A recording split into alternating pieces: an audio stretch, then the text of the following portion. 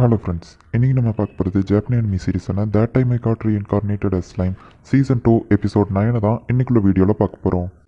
And உங்களுக்கு இந்த video பிடிச்சிருந்தது அப்படின்னா லைக் பண்ணிட்டு அப்படியே மறக்காமல் நம்ம சேனலை சப்ஸ்கிரைப் பண்ணிடுங்க. அண்ட் முடிஞ்சால் என்னை இன்ஸ்டாகிராமில் ஃபாலோ பண்ணுங்கள். சரி வாங்க, நம்ம வளவலன்னு பேசி டைம் வேஸ்ட் பண்ணாமல் இன்றைக்குள்ள கதைக்குள்ளே போக ஆரம்பிக்கலாம். இன்றைக்கி நம்ம பார்க்க போகிறது that time I got reincarnated as slime season 2 episode 9. நம்ம ரீமரோ மீட்டிங் ரூமை அரேஞ்ச் பண்ணி ஷியானையும் இறந்து போன மற்றவங்களையும் உயிரோடு கொண்டு வர போகிறேன் அப்படின்னு சொல்கிறோம். ஒரு மனுஷனுக்கு ஒரு டிராகனுக்கு ஒரு பொண்ணு பிறக்கிறா. அவள் டிராகன் பிரின்சஸாக வளர்றா. அந்த பொண்ணு ஒரு டிராகனை வளர்க்குறா. அது மேலே ரொம்பவே பாசம் வச்சிருக்கா. அந்த டிராகன் பிரின்சஸை கண்ட்ரோல் பண்ணணும்னு ஒரு கிங்கு அந்த டிராகனை கொண்டுருதான். டென்ஷனான அந்த பொண்ணு அந்த கிங்கோட சேர்த்து ஒரு 10,000 பேரை கொண்டுருதா. பார்த்தா அந்த டிராகன் உயிரோடு வந்துடுது. பட் அதோட சோல் இல்லை அப்படிங்கிறதுனால அது ரொம்பவே கண்ட்ரோல் மீறி போகுது. உடனே இந்த டிராகன் பிரின்சஸ் அந்த டிராகனை சீல் பண்ணி வைக்கிறா. அண்ட் இவா ஒரு டீமன் லாடாக மாறிட்டா. ஸோ இப்போ புரிஞ்சிருக்கும்னு நினைக்கிறேன், நான் ஒரு டீமன் லாடாக மாறப்போகிறேன் அப்படின்னு நம்ம ஸ்லைம் சொல்லவும் எல்லாரும் ஆச்சரியப்படுதாங்க. கிங்டம் ஆஃப் ஃபேல்மித்லேருந்து வர அந்த சோல்ஜர்ஸில் ஒரு 10,000 பேரை கொண்டா தான் என்னால் டீமன் லாடாக மாற முடியும். அப்படின்னா தான் என்னால் ஷியானையும் மற்றவங்களையும் உயிரோடு கொண்டு வர முடியும் அப்படின்னு நம்ம ரீமரும் சொல்லிட்டு இருக்கும்போது ஷோனா ஏதோ கேட்க வரும். வெயிட் பண்ண, நான் இன்னும் முடிக்கல. போன ஜென்மத்தில் நான் ஒரு மனுஷனாக தான் இருந்தேன். அந்த இடத்துல இறந்து போயிட்டேன். அதுக்கப்புறமா இந்த உலகத்தில் நான் ரீஎன்கார்னேஷன் ஆனேன். அதுக்கப்புறமா என்னோடய வாழ்க்கை அதை நானே தான் டிசைட் பண்ணி போக ஆரம்பித்தேன். என்னை வழி நடத்துறதுக்கு யாருமே இல்லை. அதுக்கப்புறமா இந்த இடத்துல நிறைய பேரை சந்தித்தேன். நிறைய பேர் கூட ஃப்ரெண்ட்ஸ் ஆனேன். நிறைய பேர் எனக்கு ஃப்ரெண்ட்ஸாக கிடச்சாங்க. என்னோடய வாழ்க்கை ரொம்பவே ஜாலியாக போச்சு. இந்த உலகத்தில் நான் ஒரு மான்ஸ்டராகவே பிறந்திருந்தாலுமே எனக்கு நிறைய நல்ல ஃப்ரெண்ட்ஸ் கிடச்சாங்க. அந்த ஃப்ரெண்ட்ஸ் எல்லாமே நீங்கள் தான் கைஸ் அப்படின்னு சொல்லிட்டு அந்த டேபிளில் இருக்கிறவங்கள பார்த்து சொல்கிறான். நீங்கள் தான் என்னோடய ஃபேமிலி அப்படின்னு நம்ம ரீமரும் சொல்லுவோம். உடனே எல்லாரும் சென்டிமெண்டல் ஆகுறாங்க. போன ஜென்மத்தில் நான் மனுஷனாக இருந்ததுனால இந்த ஜென்மத்தில் மான்ஸ்டராக இருந்தாலுமே மனுஷன்னே நான் நீ நினச்சிட்டு இருந்தேன். அது போக அந்த கிங்டம் ஆஃப் இன்ட்ராசியால் பசங்க கூட டைம் ஸ்பெண்ட் பண்ணாமல் கொஞ்சம் சீக்கிரம் வந்திருக்கணும். இது எல்லாமே ஏன் ஃபால்ட் தான் அப்படின்னு சொல்லிட்டு நம்ம ஸ்லைம் வருத்தப்படுவோம். இல்லை நாங்கள் உங்களையே ரொம்ப நம்பி இருந்துட்டோம். நாங்களே எங்களை ப்ரொடெக்ட் பண்ண ட்ரை பண்ணியிருந்துருக்கணும். ஸோ இது எங்கள் ஃபால்ட்டு தான் அப்படின்னு சொல்லிட்டு பெனிமாரு சொல்லவும் ரீகர் இருந்துச்சு. இல்லை இது எங்களோட ஃபால்ட்டுங்க. ஒவ்வொருத்தரும் அப்படியே என்னோட ஃபால்ட்டுன்னு சொல்லவும், டேய் நிறுத்துங்கடா, இது ஒன்றும் காம்படிஷன் இல்லை, இது என்னோட ஃபால்ட்டு தான், ஓகேவா? நான் ஒத்துக்கிட்டேன், அதுக்காக மன்னிப்பு கேட்டுக்கிட்டேன், எல்லாரும் என்னை மன்னிச்சிருங்க அப்படின்னு சொல்லிட்டு நம்ம ரீமரும் மன்னிப்பு கேட்குறான். உடனே அந்த வயசான ஹாக்கரும் இருந்துச்சு. இது எல்லாரோட ஃபால்ட்டு தான், எல்லார் மேலேயும் தப்பு இருக்குது அப்படின்னு சொல்லுவோம். எல்லாருமே அதை ஒத்துக்கிடுறாங்க, ஆமாம் அப்படின்னு சொல்லி. உடனே நம்ம ரீகர், நீங்கள் டீமன் லாடாகவே மாறினாலும் சரி, நாங்கள் உங்களுக்கு கீழே சந்தோஷமாக வேலை பார்ப்போம் அப்படின்னு சொல்லிட்டு சொல்கிறான். நான் போன ஜென்மத்தில் மனுஷனாக இருந்தேன் கைஸ் அப்படின்னு சொல்லுவோம். நீங்கள் எப்படி இருக்கீங்க அப்படிங்கிறது எங்களுக்கு முக்கியமே இல்லை. நீங்கள் நல்லவராக எல்லாருக்கிட்டையுமே நல்ல விதமாக பழகுறீங்க, அதுதான் எங்களுக்கு பிடிச்சிருக்கு, அதனால தான் உங்களுக்கு கீழே வேலை பார்க்குறோம் அப்படின்னு சொல்லிட்டு எல்லாருமே பாராட்டுறாங்க. இப்போ கடைசியாக நம்ம நெக்ஸ்ட்டு மனுஷங்கக்கிட்ட எப்படி பழகணும் அப்படின்னு பிளாக் ஸ்மித் கேட்கவும், மனுஷங்களில் நல்லவங்களும் இருப்பாங்க, கெட்டவங்களும் இருப்பாங்க. ஒரு கிங்டமில் அந்த ராஜா என்ன இன்ஃப்ளூயன்ஸ் பண்ணுறாரோ, ஒரு நல்லவனாகவே இருந்தாலும் அதை தான் கேட்டாகணும். நம்ம எல்லாருக்கும் புரிய வைப்போம், மான்ஸ்டர்ஸும் மனுஷங்களும் டிஃப்ரெண்ட்லாம் கிடையாது, எல்லாருமே ஒன்று தான் அப்படின்னு சொல்லிட்டு, இதுதான் என்னோட கோல் அப்படின்னு சொன்னோடனே எல்லாருமே அதுக்கு ஒத்துக்கிட்டாங்க. உங்களோட விருப்பம் தான் எங்களோட ஆசை, அதை நிறைவேற்றுவோம் அப்படின்னு சொல்லிட்டு சொல்கிறாங்க. என்னதான் இருந்தாலும் இப்போ வரைக்கும் நீங்கள் மனுஷங்களுக்கு கெட்டதே நினைக்க மாட்டேங்கிங்க அப்படின்னு சொல்லிட்டு அந்த பிளாக் ஸ்மித் சொல்லவும், உடனே அந்த கேரக்டர்னால தான் எல்லாருமே அவருக்கு ஹெல்ப் பண்ணலான் இருக்கோம். நம்ம லார்ட் ரீமரோ டீமன் லார்டாகவே மாறினாலும் நாங்கள் எல்லாருமே உங்களுக்கு கீழே தான் வேலை பார்ப்போம் அப்படின்னு சொல்லிட்டு எல்லாருமே அவனுக்கு சப்போர்ட் கொடுக்குறாங்க.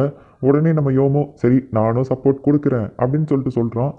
உடனே அந்த அட்வென்ச்சரஸ் பொண்ணு, நானும் உங்கள் கூட இருக்கேன் அப்படின்னு சொல்லவும், உடனே நம்ம ரீமரோ எல்லாருக்கும் தேங்க்ஸ் அப்படின்னு சொல்கிறான்.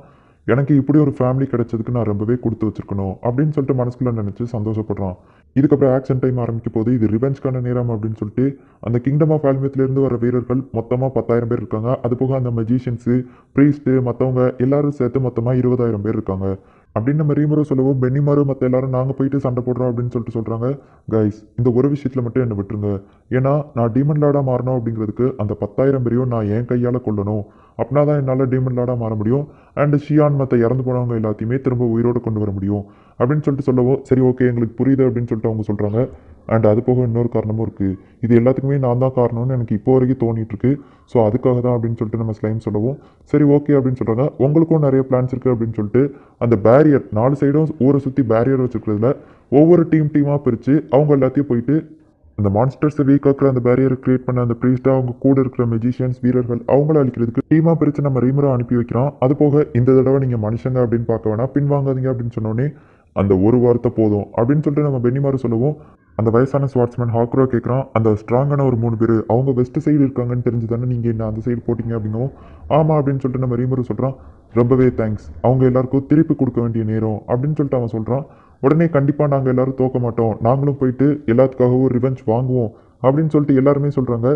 உடனே நம்ம ரீமரு ஷூனாவை பார்த்து உன்னால் இன்னொரு பேரியர் செய்ய முடியுமா, ஏன்னா அதுதான் அவங்க சோல்ஸை பாதுகாக்குது அப்படின்னும், கண்டிப்பாக செய்கிறேன் அப்படின்னு அவள் சொல்கிறா. உடனே மியோலா நீயே இவளுக்கு ஹெல்ப் பண்ண அப்படின்னு சொன்னோடனே கண்டிப்பாக அப்படின்னு சொல்லிட்டு அவள் சொல்கிறா. இப்போ இவங்க 2 பேரும் பேரியர் பண்ணிட்டு இருக்கும்போது நாங்கள் இவங்களுக்கு ஹெல்ப் பண்ணுறோம் அப்படின்னு சொல்லிட்டு அட்வென்ச்சரர்ஸும் யோமோ சொல்கிறாங்க. சரி ஓகே, அப்போ இதுதான் நம்ம பிளான் அப்படின்னு சொல்லிட்டு நம்ம ரீமரு பிளான் போட்டு முடிக்கிறோம். இப்போ சண்டை போடுறதுக்குள்ள டீம் எல்லாமே ரெடியாக இருக்குது. உன் கூட சேர்ந்து வேலை பார்க்குறதுல சந்தோஷம் அப்படின்னு சொல்லிட்டு ஷியோனா மிலானை பார்த்து சொல்கிறா.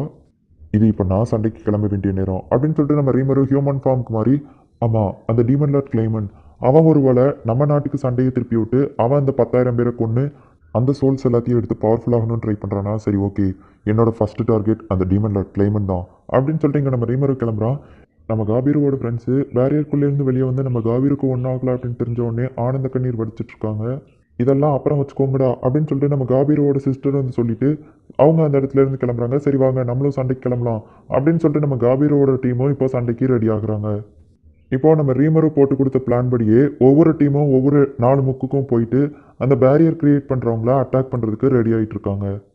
இது எல்லாத்துக்குமே ஆரம்ப காரணமாக இருந்த அந்த ஸ்ட்ராங்கான 3 பேருக்கு கூட சண்டை போடுறதுக்கு அந்த வயசான ஸ்வாட்ஸ்மேன் காப்டா அப்புறம் ஸ்ட்ராங்கான எல்லாருமே போயிட்டு இருக்காங்க. இங்கே அந்த 2 பேரும் பேரியர் கிரியேட் பண்ணிட்டு இருக்காங்க. மற்ற டீம் அவங்கள ப்ரொடெக்ட் பண்ணிட்டு இருக்காங்க. இங்கே நம்ம ரீமரோ அந்த வீரர்கள் தங்கியிருக்கிற அந்த டென்ட்டுக்கு போகிறோம். ஓ இவங்க தான் என் ஆளுங்களை கொண்டாங்களா, என் ஃபேமிலி மேலே கை வச்சா என்ன ஆகும் நான் காட்டுறேன் அப்படின்னு அவன் சொல்கிறான். இந்த இடத்துலயே இந்த எபிசோட் முடியுது. கிட்டத்தட்ட 10,000 பேர் அப்படிங்கிறது சாதாரணமான விஷயம் இல்லை. அதில் மேஜிக் தெரிஞ்சவங்க வேறு இருக்காங்க, ஸ்ட்ராங்கான ஆளுங்களும் இருக்காங்க.